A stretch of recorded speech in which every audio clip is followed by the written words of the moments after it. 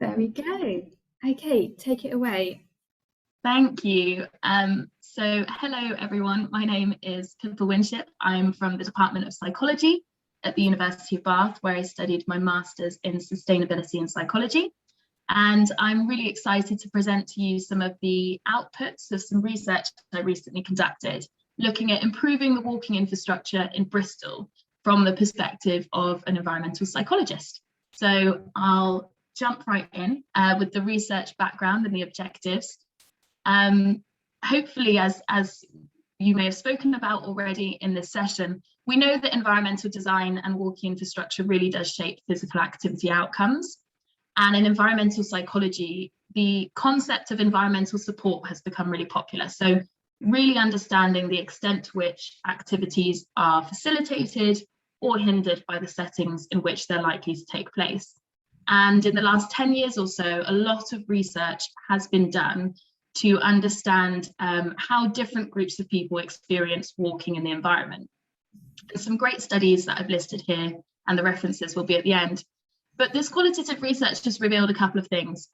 Firstly, that older adults who may have experienced a fall can find certain features of the environment very challenging, such as tactile paving. Also, that older adults who've experienced any previous health injuries might feel more distress or anxiety when walking. So qualitative research has been really useful in this space to really challenge our ideas about the walking experience for everyone. But quantitative research is needed to understand how we can kind of prioritize any changes that we make for the built environment. So my study came from the focus groups that were conducted a couple of years ago by Jen Reed, and I think it was the Supporting Healthy, Inclusive Neighbourhood Environments team at Bristol City Council, so SHINE. And a fantastic report was produced with lots of different recommendations for changes to the built environment. So changing physical obstructions, changing some of the surface types. But again, it was qualitative research from a small group of the population. So in my research, I was really interested in understanding how the experience of younger adults, defined as being between aged 18 to 64, differ to the walking experience of older adults, and also which specific environmental features are the most challenging or the most supportive for walking in Bristol currently. And it's also really important to consider the causes of feelings of unsafety, stress and anxiety for all older adults and younger adults walking across Bristol. So how did I do it? I worked on producing an online survey, and we had 146 respondents to an online survey. It was launched in June and ran until beginning of August, so quite a small kind of opening time.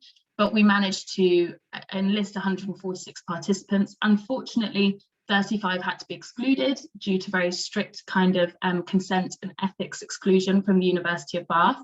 But this was a really effective method of data collection, actually, considering COVID, being able to actually disseminate this survey through Bristol Older People's Forums, mailing list, Bristol Walking Alliance, and Age UK Network. So I think a lot of you will be potentially watching this presentation who've helped me out. So thank you very much for disseminating this research.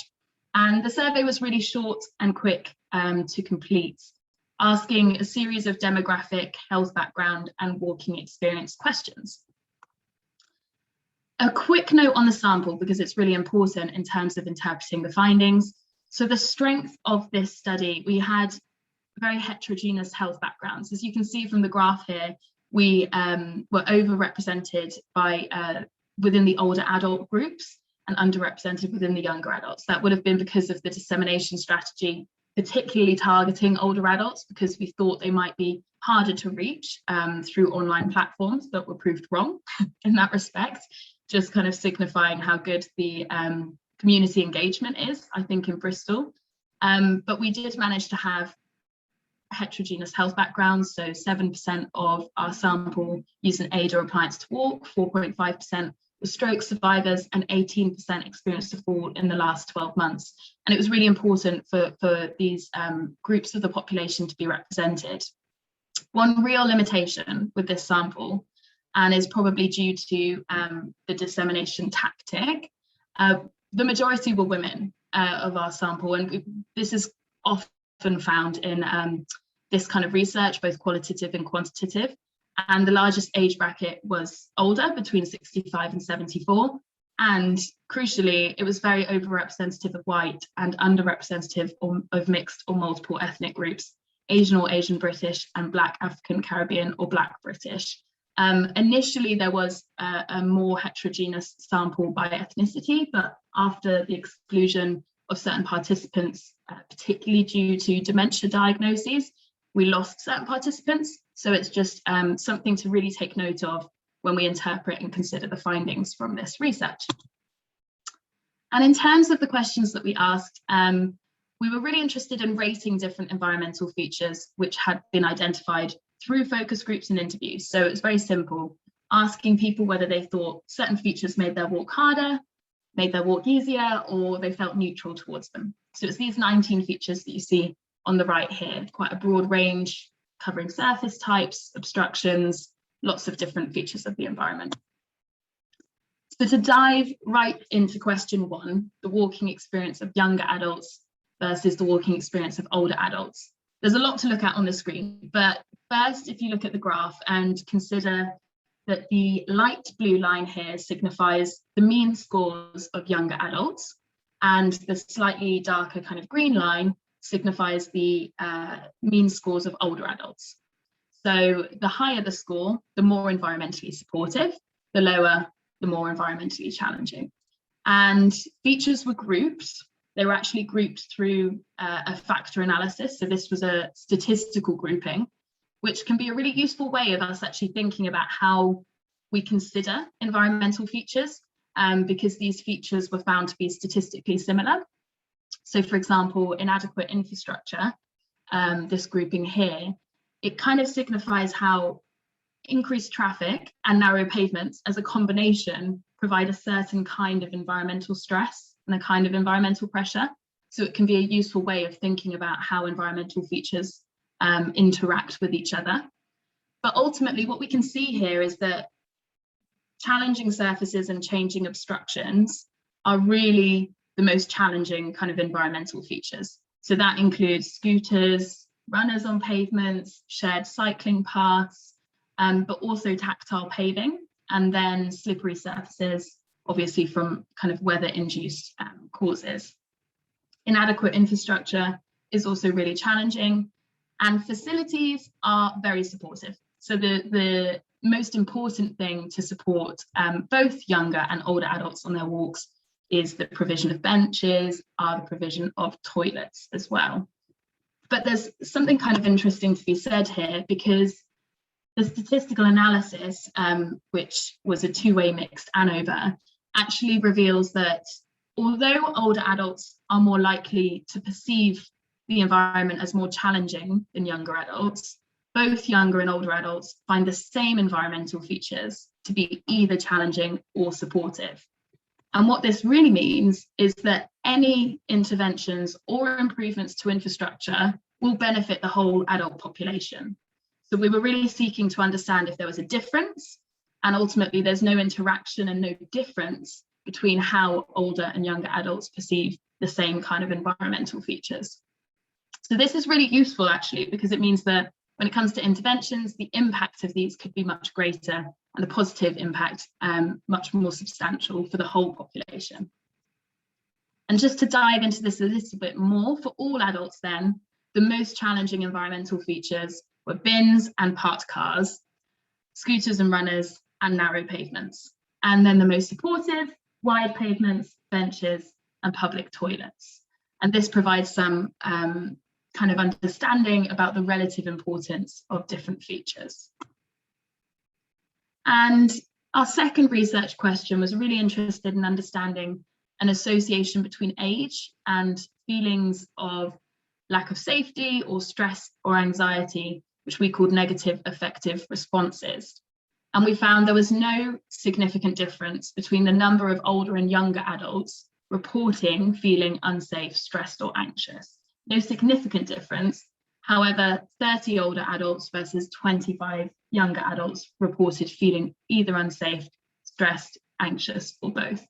And so 55 out of 107 did report some feelings which we would maybe label as negative emotions while walking in Bristol, which is quite an interesting finding because this is actually quite a high figure and quite a high value. So if we want to really unpack what the causes of those feelings are, in terms of feeling unsafe, one of the main reasons is environmental design. So inadequate infrastructure, for example, having those narrow pavements and that traffic. So that this is a quote from a participant talking about Conham River Park, but also a recurrent issue was bikes and scooters on the path. So those are those kind of changing obstructions. And that's this massive orange segment you see in this pie chart here.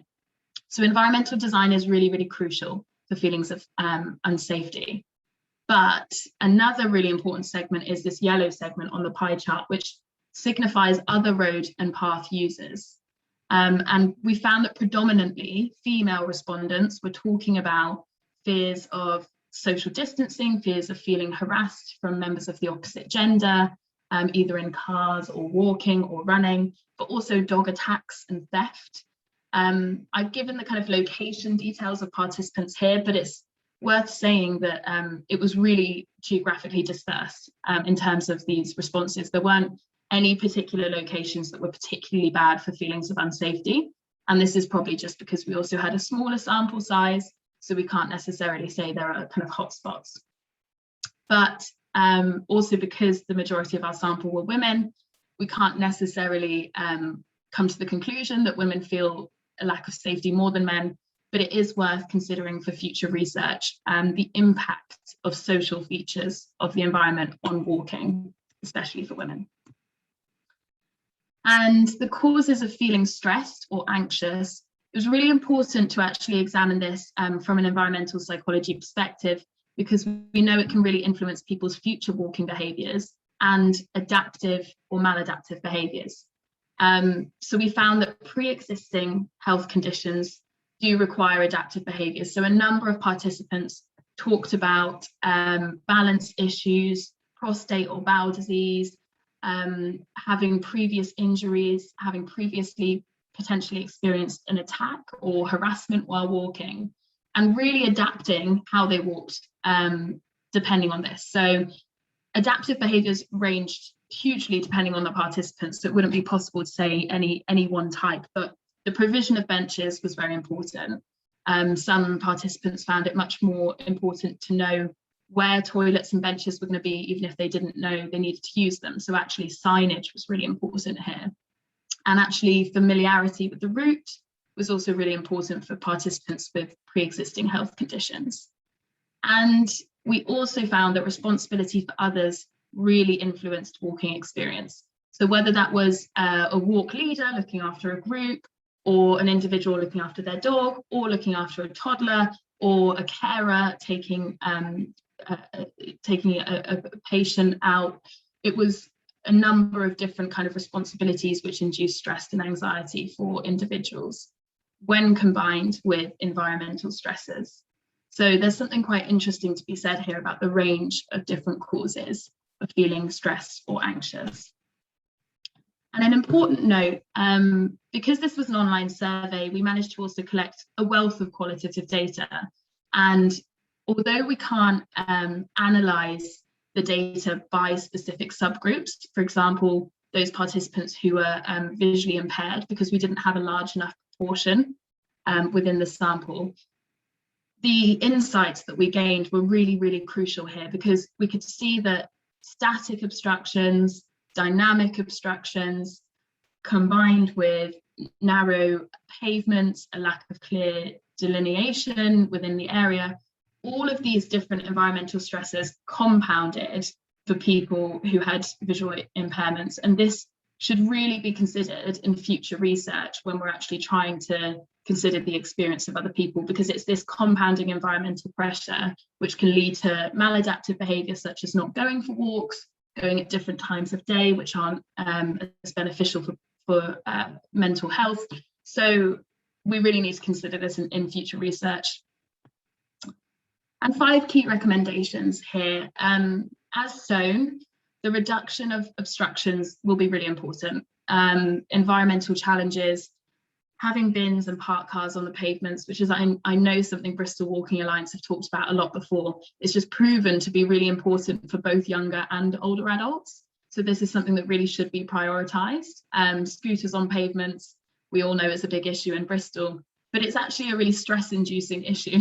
So there's even more impetus to actually target this. Widening pavements, I understand, would be a big infrastructural challenge, but the combination of narrow pavements and traffic actually really produced a lot of maladaptive behaviour in participants. So it would be really, really important as a future kind of prioritisation strategy.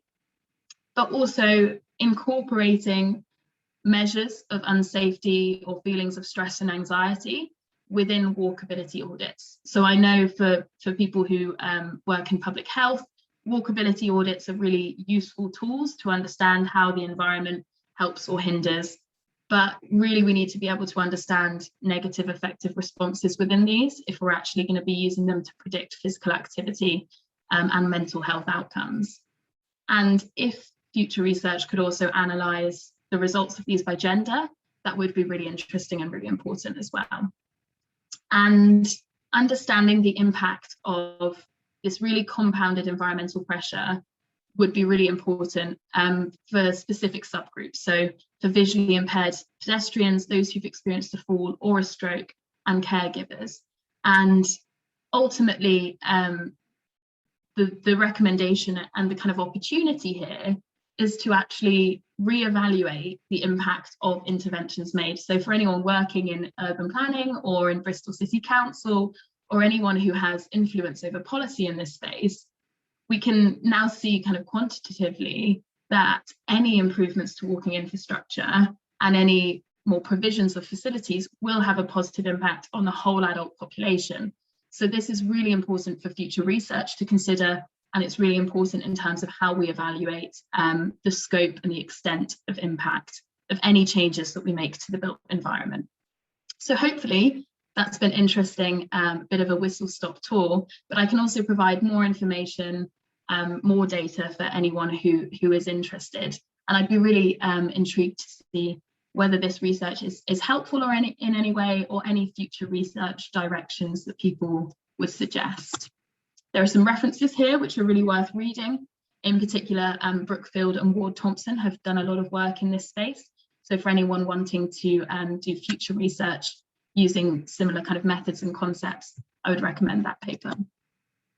Thank you very much, and please do get in touch if you have any questions or thoughts or ideas. Thank you.